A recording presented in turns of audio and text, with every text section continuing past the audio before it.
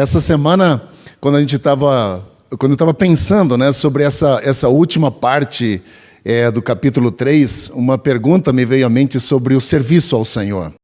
Por que servir a Deus é importante? Eu cresci em igrejas. Isso é minha vida, sempre foi assim. E para mim isso é tão retórico, né? tão natural, está na minha mente, nós temos que servir ao Senhor. Mas quando você começa a fazer a pergunta por que é importante servir ao Senhor, às vezes nós não temos respostas fáceis, né? E a outra pergunta é realmente necessário servir ao Senhor? E uma terceira reflexão talvez seria, por que eu deveria mudar os propósitos ou as minhas prioridades de vida para servir a Deus numa área ou num trabalho que Deus poderia muito bem fazer muito melhor sozinho, sem a minha ajuda? E todas essas questões começam a bater na mente da gente, a gente começa a se perguntar sobre isso. Fala, por que Deus quer que o sirvamos? Por que nós estamos aqui aos domingos? Por que fazemos ou desempenhamos os ministérios durante a semana que a gente desempenha? Por que enviamos missionários? Por que nós queremos servir ao Senhor? Essa é uma questão que ocupa a mente da gente e precisamos ser honestos, nem sempre uma resposta vem fácil. Mas o capítulo 3, final do capítulo 3 de Malaquias, vai nos ajudar, e nós estamos viajando pelo livro de Malaquias com o tema Servindo até o Fim. E com esse tema eu gostaria de encerrar o livro de Malaquias essa manhã. Servindo até o fim, nós vamos olhar os versículos 13 até os versículos 18, e ali nós vamos tirar algumas reflexões sobre a importância do serviço. Eu li uma história certa vez de um homem de uma certa idade que possuía certos problemas de audição por mais de 10 anos. Finalmente ele decidiu ir até um especialista e lá o médico então lhe ofereceu um conjunto de aparelhos auditivos e que esses aparelhos então o habilitaram a ouvir perfeitamente. Um mês depois ele voltou ao consultório do médico e o médico disse, bom, os seus ouvidos hoje estão 100%. Você está muito feliz, provavelmente a sua família também está muito feliz por você poder ouvir de novo. E o homem respondeu, eu não contei aos meus familiares. Eu apenas sento lá e ouço as conversas. Já mudei meu testamento 3 vezes, ele disse. Quando nós chegamos no capítulo 3 de Malaquias, a gente é apresentado a um Deus assim. A um Deus que ouve o que nós falamos. Um Deus que presta atenção no que nós dizemos. E aqui no texto nós somos apresentados a 2 grupos de pessoas. Pode passar isso, por favor? Um grupo de pessoas que eles fazem o seguinte, eles olham em volta e reclamam. Esse é um grupo de pessoas. E enquanto a gente desenvolve aqui essa manhã essa reflexão sobre o capítulo 3, final do capítulo 3 de Malaquias, eu gostaria que você olhasse para a sua vida, em qual grupo você se identifica, com qual grupo. E Deus tem uma palavra para cada um desse grupo, né? O primeiro grupo, ele olha em volta e reclama. O segundo grupo olha para Deus e entende. Às vezes nós não entendemos todas as circunstâncias e os caminhos de Deus. Nós não entendemos, até porque Deus é Deus e nós não somos. Então, se nós entendêssemos Deus, ele seria desqualificado a ser Deus, né? Porque entenderíamos a mente de Deus e não há condição de um ser humano com a sua mente limitada conhecer a essência do Deus vivo. E aqui nós somos apresentados então a esses 2 grupos e é esses 2 grupos que eu gostaria de me debruçar essa manhã refletindo juntos e tirar deles então alguns princípios para a nossa vida. Mas para isso nós precisamos ler o texto e se você tem a Bíblia com você, você pode abrir Malaquias capítulo 3, vamos ler os versículos 13 a 15 em primeiro lugar e depois a gente deixa o 16 e o 18 para a segunda parte. Vamos olhar o primeiro grupo, né? O primeiro grupo é os que olham em volta e reclamam. Vamos ver o que o texto diz. E aqui, Deus está ouvindo. Então vejam só, Deus disse, vocês têm dito palavras duras contra mim, diz o Senhor. Ainda assim perguntam, o que nós temos falado contra você? Vocês dizem, é inútil servir a Deus. O que ganhamos quando obedecemos aos seus preceitos e andamos lamentando diante do Senhor dos Exércitos? Por isso, agora, consideramos felizes os arrogantes, pois tanto prospera o que pratica o mal, como escapa ileso os que desafiam a Deus. Esse é o texto, essa é uma acusação, né, que Malaquias está fazendo ao povo. Eles estavam vivendo dessa forma. E essas pessoas, elas apresentam 3 reclamações diante de Deus. Esse grupo de pessoas que olha as circunstâncias e reclama de Deus. São 3 reclamações que eles fazem. A primeira, temos falado... O que nós temos falado contra ti? É um grupo de pessoas que não assume o seu pecado. Sabe aquela pessoa que quando erra, sempre o outro é culpado do erro que ele comete? Conhece gente assim? Pois esse aqui é o grupo de pessoas. É um grupo de pessoas dentro desses. Versículo 13 fala que a primeira reclamação deles contra Deus é que eles não fizeram nada de errado. Nós não fizemos nada de errado. E pela 7ª vez, e eu disse aqui, né, que o livro tem 7 vezes aparece essa justificação. Nós não fizemos nada. O que a gente fez contra você? Essa é a última vez que aparece no texto de Malaquias uma desculpa, né? Onde eles dizem, nós não fizemos nada contra você. As pessoas negavam aqui que tinham um problema, de que eles eram culpados, às vezes, da própria circunstância em que eles viviam. E enquanto Deus escuta esse grupo de pessoas, observe que ele não diz que as pessoas estão falando palavras duras e fortes a ele, mas estão falando contra ele, né? Estão acusando Deus. Esse é um grupo de pessoas que geralmente se encontram para reclamar de Deus. Você já percebeu que nós, como seres humanos, sempre gostamos de nos associar a pessoas que se alinham ao meu jeito de pensar, às minhas reclamações, às minhas lamentações? Você já percebeu isso? Se nós chegamos a um grupo de pessoas que pensa diferente de nós, ou quando nós estamos reclamando, ele diz, não, mas veja pelo outro lado, você já não convive mais com ele? Você já vai procurar alguém que diz, é verdade, é sempre alguém que apoia o nosso jeito de pensar, e aí você começa a crescer nessas palavras duras contra Deus. E aqui Deus está chamando a atenção desse povo, dizendo que é contra Deus. Estão acusando Deus das mazelas que estão vivendo. E nós somos informados no livro inteiro que as mazelas que o povo estava sofrendo era por causa de decisões erradas que fizeram. É muito fácil você acusar alguém outro, porque com isso você desvia de você a culpa. Você não está com um pino na tua cabeça dizendo, eu sou o culpado. Não, nós desviamos isso. E aqui então, a primeira acusação, a primeira reclamação contra Deus é essa. Nós não fizemos nada. Nós não temos culpa. A segunda coisa, no versículo 14, que aparece, é quando o povo diz, é inútil servir a Deus. Não vale a pena servir a Deus. Versículo 14 nos apresenta esse grupo de pessoas, quando ele diz, é inútil servir a Deus. O que ganhamos quando obedecemos aos seus decretos, né? Ou nós andamos nos lamentando diante do Senhor? Quando ele fala nos lamentando, é confessando ou assumindo a nossa culpa. Ele diz, não ganhamos nada com isso. E é interessante que eu fui olhar o que essa palavra, o que ganhamos, significa. E essa palavra ganho, ela era um termo técnico, que era usado para tecelões. Então o tecelão, ele fazia um trabalho e uma parte daquele trabalho era dele, ficava para ele. Então a ideia aqui do texto é o que eu vou ganhar em servir ao Senhor. Você já pensou em que nós às vezes entramos num relacionamento com o Senhor esperando ganhar de Deus alguma coisa? Eu vou fazer isto para receber aquilo. Nós vemos isso nas grandes demonstrações. Por exemplo, pessoas fazem aquele caminho de Compostela. Já viram aquilo? Tem pessoas que fazem com intuito turístico. É bonito, tem um amigo que fez, 1.000 quilômetros, eu acho, se não me engano, uma coisa dessa, e você anda lá um mês inteiro. Ele fez no intuito de conhecer a região. Mas tem gente que faz aquilo como um sacrifício no intuito de alcançar alguma coisa. Ele quer fazer um sacrifício para alcançar algo. E o que esse povo estava dizendo é exatamente isso. Nós entramos no nosso relacionamento com o Senhor, eu vou servir ao Senhor e agora cadê o meu pagamento?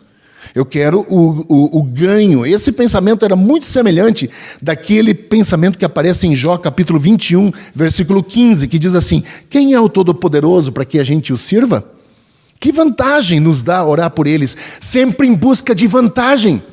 Gente, Deus, esse tipo de reclamação, quando nós encontramos aqui, ainda hoje passa em nossa cabeça. Nós entramos em relacionamento com o Senhor buscando vantagens. Eu quero fazer parte de algo para ter vantagem.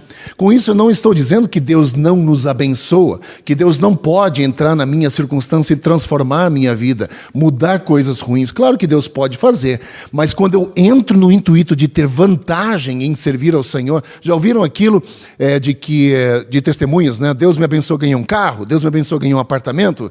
Esse é típico de um pensamento em busca de vantagem. E não agrada ao Senhor esse tipo de pensamento.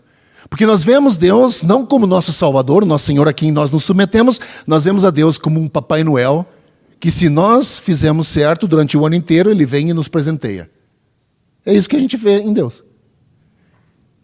E aqui esse pensamento nos passa na cabeça. Nós paramos de servir porque às vezes nós não recebemos benefício do Senhor. Deixa eu dizer alguma coisa bem prática para vocês, o que aconteceu nessa semana aqui em nossa igreja. Nessa semana vocês não estiveram aqui, porque nós não temos atividades durante a semana, mas durante a semana nós tivemos irmãos trabalhando até 10, 11 horas aqui à noite. Trabalhando. Ninguém os viu trabalhando. Reformando cabeamento, que estava com chiado no som, estavam aqui até 10 e meia, 11 horas da noite, trabalhando. No outro dia trabalhavam no seu trabalho, mas estavam aqui servindo ao Senhor. Ontem eu cheguei aqui, pessoas estavam servindo, preparando todo um ambiente para que houvesse o trabalho com os jovens. Servindo. Ninguém os vê. Estão lá, felizes, alegres. Hoje de manhã eu cheguei, nós tínhamos o grupo de diáconos reunidos, orando, e a oração me chamou a atenção, dizendo assim, pelo grupo, né, orando para que possam servir. De onde vem essa motivação? Ninguém os vê servindo. Ninguém vê o trabalho deles, a não ser que deixem de fazer o trabalho. Aí todo mundo percebe, né? Não tem luz, está sujo o banco, a gente percebe. Mas a gente entra aqui todos os domingos, os bancos estão limpos, o chão está bonito, as lâmpadas estão funcionando, o som está adequado. Todas as coisas são feitas sem que a gente perceba. Sem que a gente perceba. Sem, no entanto, buscar benefício. Ontem eu conversei com a esposa de um daqueles que estavam na semana inteira trabalhando. Que ele, Nilton e o Daniel estavam aqui a noite inteira, sempre trabalhando durante a semana. Falei com a Cristiane ontem, eu falei, Cris, você quer matar o teu marido já? Você está com vontade de matá-lo porque ele está sempre aqui? Ela disse, não, pelo trabalho o Senhor vale a pena, né? Para trabalhar para o Senhor vale a pena, eu suporto, ela diz, eu aguento, porque não é toda hora, é só uma semana, mas se for um mês inteiro, aí não, né? Mas servir ao Senhor é muito importante, traz bênção para nós, mas não em busca de algo, né, de benefício. Esses irmãos servem sem, no entanto, querer nada em troca. É altruísta, é algo que eles fazem porque amam o Senhor, é algo que entendem que Deus nos criou para servir. Eu tive um professor na faculdade, ele disse que se alguém não serve, ele não vive para servir, não serve para viver. É simples assim colocado. Eu gosto muito de que Warren Wiersbe, que é um dos autores, se você encontrar um livro de Warren Wiersbe, leia, vale a pena. Ele diz, para que a vida tenha sentido e a vontade de Deus seja feita, todos nós temos que aceitar quem somos e o que somos, entregar isso a Deus e agradecê-lo pela maneira como nos criou. O que eu sou é um presente de Deus para mim. E o que eu faço com isso é o meu presente para Deus. Deus nos criou com dons e Ele nos deu esse presente. Tanto é que dom é chamado de presente. É dado um presente para nós. E o que eu faço com esse dom é um presente que eu devolvo ao Senhor. Portanto, servir é importante. E esse grupo de pessoas está dizendo, servir a Deus é inútil, eu não tenho nenhum tipo de benefício em servir ao Senhor. Quem busca aplausos aqui na terra é tudo que receberá. É tudo que receberá, diz Jesus. Nós somos convidados e somos dotados de dons para abençoar e para servir o nosso próximo. E esse povo dizia, eu não tenho ganho, eu não tenho benefício, não vale a pena. Não vale a pena. Servir é tudo, irmão, menos inútil. Servir a Deus não é inútil. Terceira coisa da reclamação que eles fazem a Deus está no versículo 15. Eles dizem, Deus não é justo. Veja o que diz o versículo 15. Ele diz, por isso agora consideramos felizes os arrogantes, pois tanto prosperam os que praticam o mal como escapam ilesos os que desafiam a Deus. Basicamente, eles estavam olhando em volta, né? Pessoas que não serviam ao Senhor, pessoas de nações pagãs, e eles disseram, são todos eles pagãos, não servem a Deus, não se importam com os padrões de Deus, e são felizes, não ficam doentes como nós ficamos, são abençoados, têm colheitas boas, então vale a pena, e Deus é injusto conosco, porque a gente se dá mal servindo a Deus, nossas colheitas não dão certo.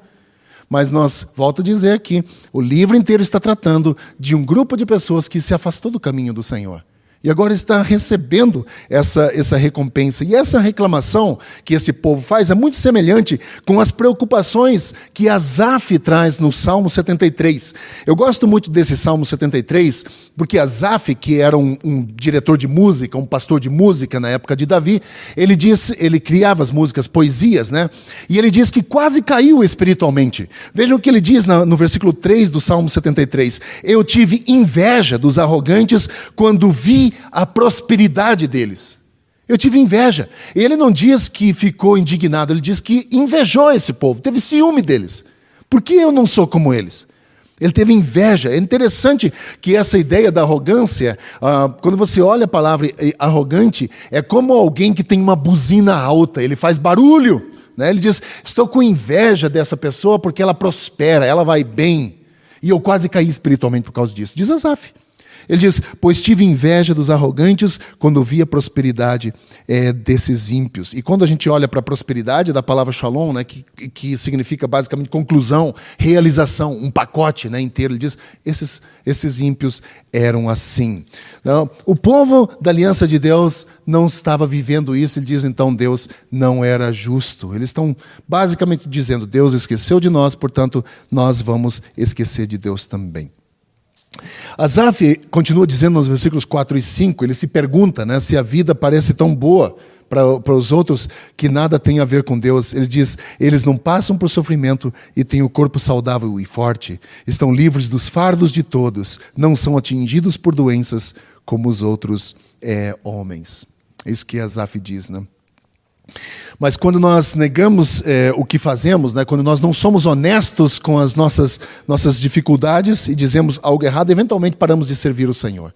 E quando nós paramos de servir o Senhor, nós nos afastamos dos propósitos do Senhor. E quando nós nos afastamos dos propósitos do Senhor, nós começamos a acusar Deus de ser injusto. E começamos a acusar Deus de injusto, né? Ou não se importar conosco. Bom, mas eu sou grato que não fica só nesse grupo de pessoas. O texto também nos apresenta um outro grupo de pessoas. E nós vamos olhar para esse outro grupo de pessoas, que é o grupo número 2. Um grupo que, se você se enquadra ou se identifica em alguns aspectos com o grupo 1, olhe para o grupo 2 e veja se você também não se enquadra, né, no que o grupo 2 faz. Vamos ler os versículos 16 até o 18 aqui do capítulo 3 de Malaquias.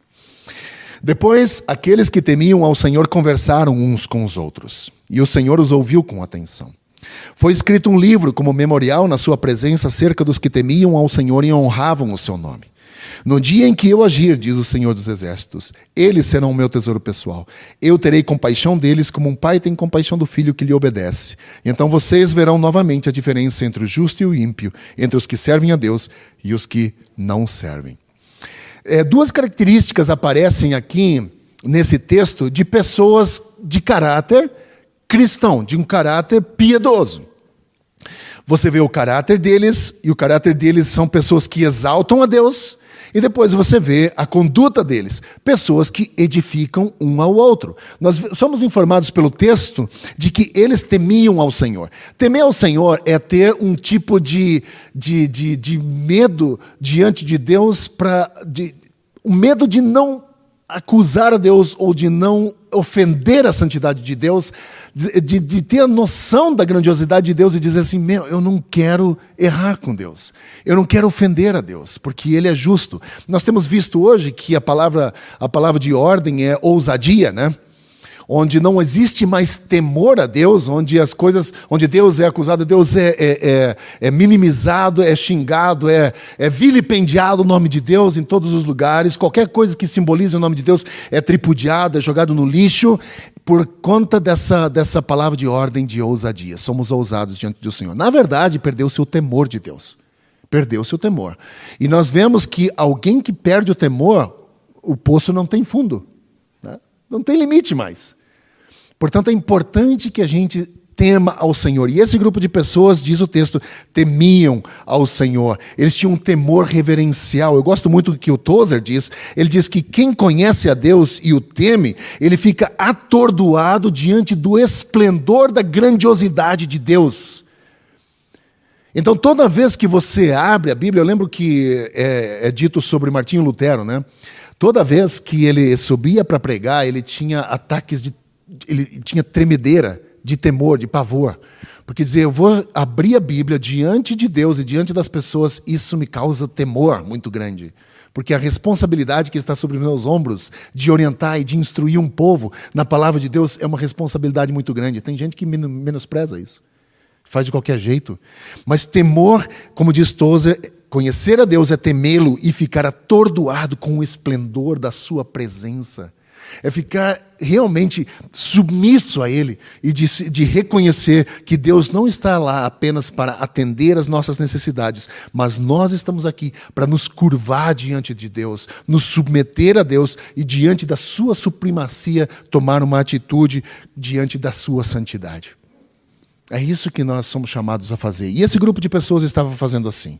O remanescente fiel aqui de Malaquias 3 estava em sintonia com o caráter de Deus. E eles se sentavam para conversar uns com os outros, diz o texto. Os que temiam o Senhor conversavam uns com os outros. O que eles estavam conversando? Estavam se encorajando.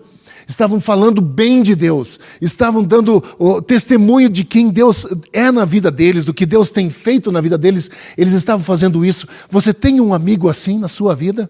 Alguém que quando você encontra com ele, ele fala de Deus sobre você, com você, a ponto de que quando você vai embora, você se sente tão encorajado, a tua fé é tão fortalecida. Você tem um grupo de pessoas assim? Porque esse é um grupo de pessoas que você precisa conviver.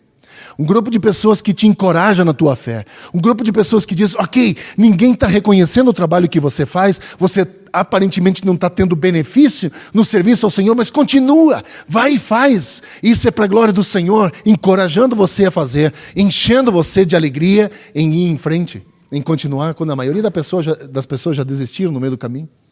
Esse é um grupo de pessoas que nós precisamos.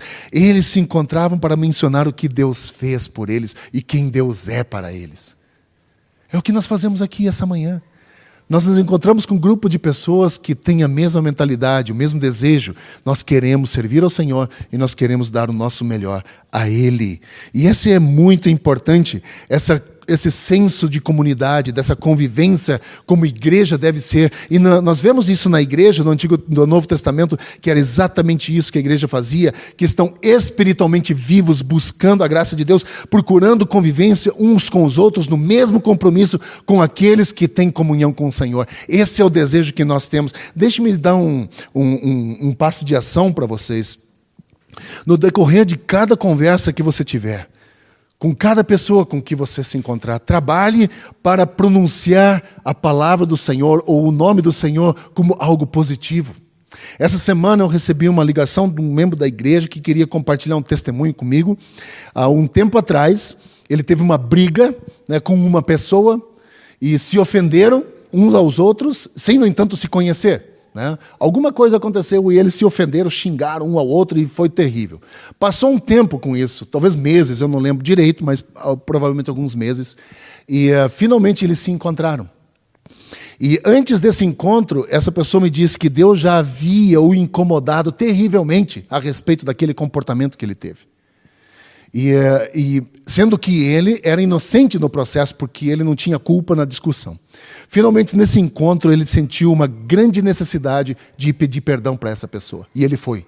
Mesmo a contragosto, eu acho, né? Porque incomoda a gente pedir perdão, né? Ainda mais reconhecer quando o outro falhou com você. Mas ele foi. E quando ele chega e diz, deixa-me falar uma coisa para você, eu preciso pedir perdão. E a outra pessoa diz, não, quem tem que pedir perdão a você sou eu. Ele disse, aí essa pessoa, um membro da nossa igreja disse, eu sou um cristão muito meia boca. Eu deveria ter tido um outro comportamento. E o outro disse, eu também sou um cristão meia boca. Sabe, 2 cristãos brigaram, sem saber. E de repente Deus toca no coração, e um pede perdão e mexe com o outro, e os dois saem encorajados. Quando você encontrar com alguém essa semana, trabalhe para pronunciar o nome de Deus e procure maneiras de edificar a pessoa com quem você está. Edifique essa pessoa. Fale bem de Deus. Fale daquilo que Deus fez em você. Volto a fazer a pergunta, você tem amigos que são assim na sua vida? Quando você se reúne com eles, você sente ou você sai com uma reverência mais profunda de Deus? Com uma fé mais fortalecida de Deus? Se você não tem, eu encorajo você a encontrar pessoas assim. Cerque-se de pessoas que encorajem você, que motivem você, que joguem você para frente. Não pessoas que falam só mal de Deus, que cristianismo não vale a pena, que igreja é tudo um bando de hipócrita. De fato, a igreja é feita de pessoas, nós temos hipocrisia e sempre tem lugar para mais um hipócrita na igreja, né? Eu acho que assim, quando nós começamos a falar mal de igreja, gente, igreja é a noiva de Cristo.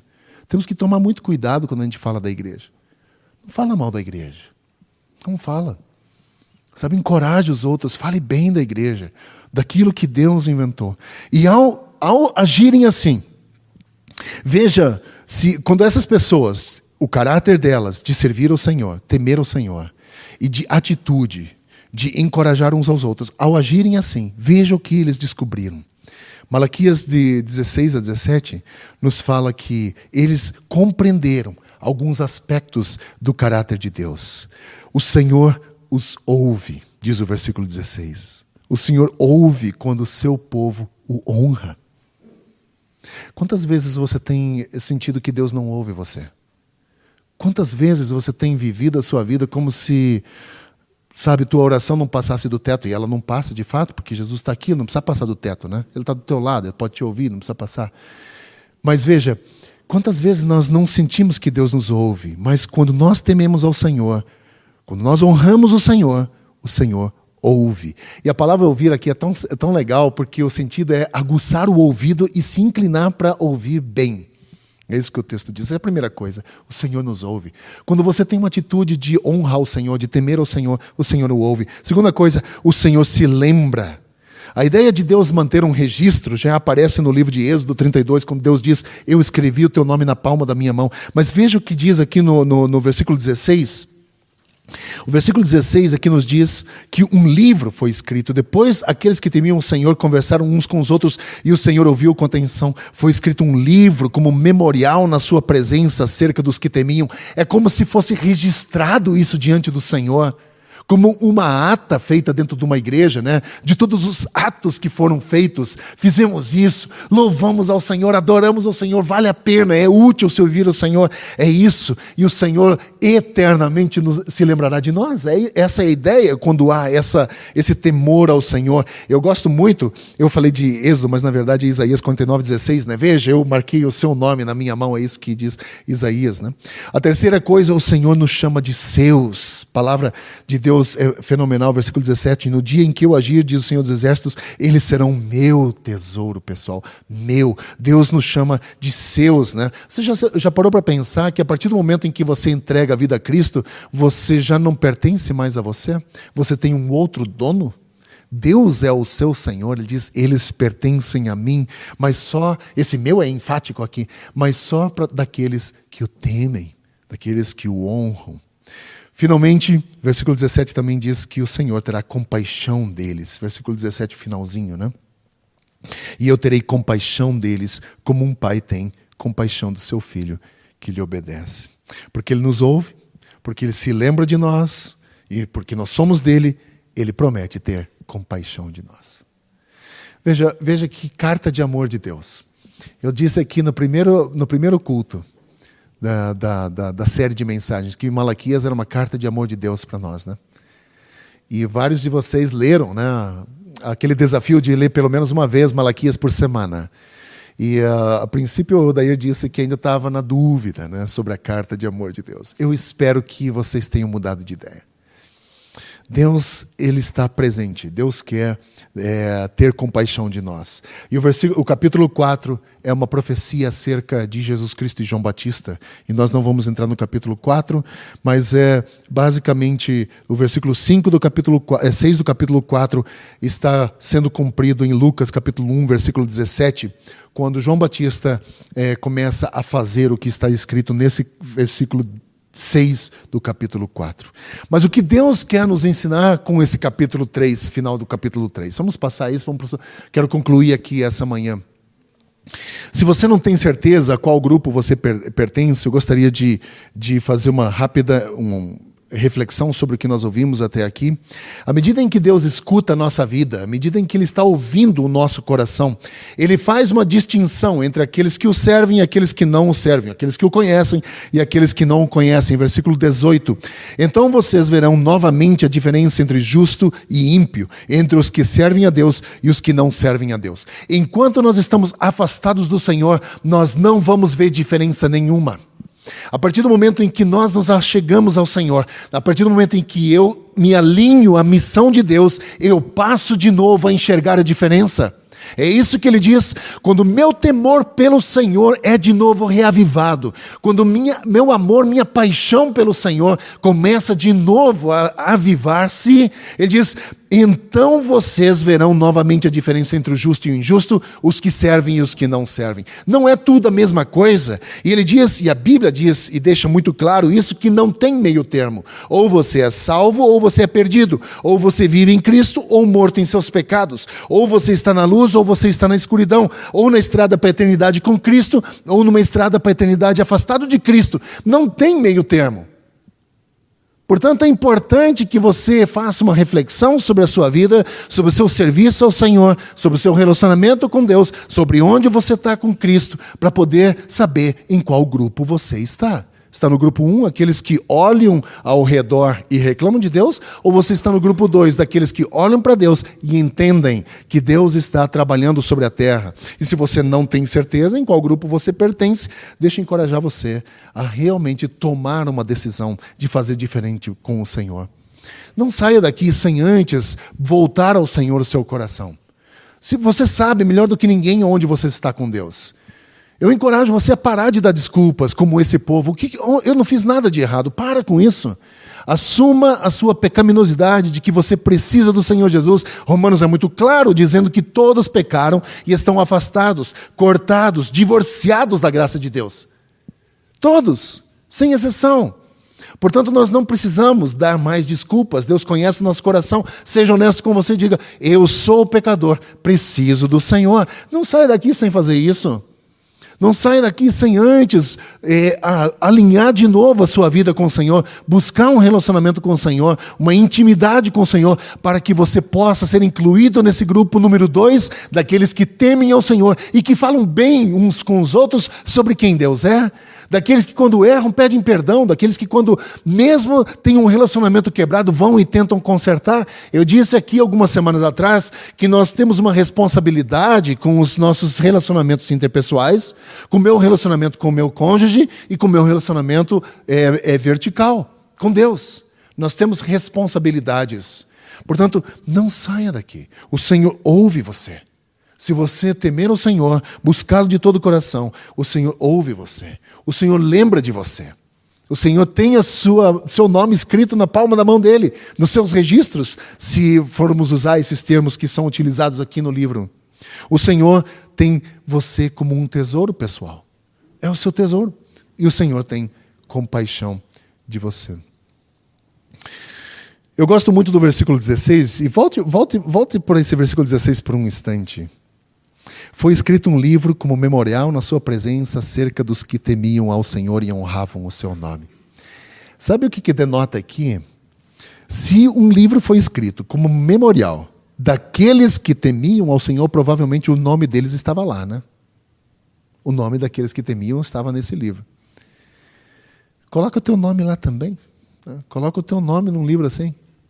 Daqueles que temem ao Senhor, daqueles que honram ao Senhor e permanecem firmes no compromisso que assumiram com o Senhor e também firmes no relacionamento com o Senhor. Que Deus abençoe vocês. Meu desejo é que o texto de Malaquias tenha mudado a sua perspectiva, porque às vezes nós olhamos para o livro de Malaquias como um livro muito pesado, mas é uma carta de amor de Deus, de um Deus que chama o seu povo de volta para um relacionamento íntimo com Ele. E o meu desejo é que a sua perspectiva com relação a Malaquias tenha mudado. Que você veja um Deus gracioso, um Deus amoroso, um Deus que tem interesse em restaurar, perdoar, de ouvir, de abençoar, de ter compaixão, de proteger. Esse é o Deus da Bíblia, do Antigo e do Novo Testamento. Deus não muda. Que Deus abençoe vocês. Querido Deus, obrigado por tua palavra. Obrigado pelo encorajamento que podemos ter, que sabemos que, mesmo que muitas pessoas falem mal do Senhor e não têm alegria no Senhor, sabemos que existe um remanescente fiel que leva o Senhor a sério. Deus, eu quero ser incluído nesse grupo de pessoas que levam o Senhor a sério. Pessoas que honram o compromisso que têm com o Senhor. Pessoas que honram o compromisso que têm com os outros. Pessoas que honram o compromisso que têm com o seu cônjuge. Eu quero ser assim. E Deus, eu peço por tua igreja aqui essa manhã. Uma igreja que se reúne aqui nesse momento, pessoas também que fazem parte dessa igreja, que estão nos acompanhando virtualmente. Eu oro por cada um de nós nessa manhã. Que o Senhor nos fortaleça na fé. Que nós possamos ser como esse grupo número 2, que se reúne para falar bem do Senhor, que se reúne para encorajar uns aos outros. Aqueles que temem ao Senhor, aqueles que honram esse compromisso que fizeram contigo. Deus, olha para nós e encontre em nós um grupo de pessoas assim. Oro também por aqueles que nesse momento têm a necessidade de refazer o seu compromisso com o Senhor. Eu peço por misericórdia, eu peço por graça, eu peço por coragem também de reconhecerem essa necessidade do Senhor. Deus, que possam nessa manhã sentir uma profunda convicção da necessidade do Senhor e ter de novo uma nova perspectiva sobre o serviço ao Senhor. Que possam servir ao Senhor com alegria e com dedicação, mesmo que ninguém reconheça, mesmo que não tenha nenhum tipo de vantagem nisso. Porque entendem que a vantagem maior é viver no serviço para o Senhor, por tudo aquilo que o Senhor já fez em nossa vida, por ter nos resgatado de tão grande escuridão, de tão grande morte, e ter colocado os nossos pés sobre a rocha que é Jesus, nos dando também a vida eterna em Cristo. E tudo isso nos traz alegria ao coração e também o desejo de servir ao Senhor e aos nossos irmãos. Deus, nos ajuda a ser assim. Que possamos com a nossa vida, com os nossos relacionamentos, glorificar o Teu nome. Que a nossa atitude possa também anunciar o Senhor aos outros que ainda não Te conhecem. Que as minhas palavras sejam palavras de bênção, palavras de encorajamento e palavras de fortalecimento. E acima de tudo, Deus, tenha misericórdia das nossas falhas e erros. Perdoa-nos, Senhor. E restaura o nosso relacionamento de modo que possamos ouvir do Senhor e ter alegria em saber que o Senhor ouve a nossa oração. Muito obrigado por isso, Deus. Eu agradeço em nome de Jesus. Oro também para que a graça do Senhor Jesus, o amor de Deus o Pai, a comunhão e a consolação do Espírito Santo seja conosco hoje e sempre. É o que eu peço em nome de Cristo. Amém.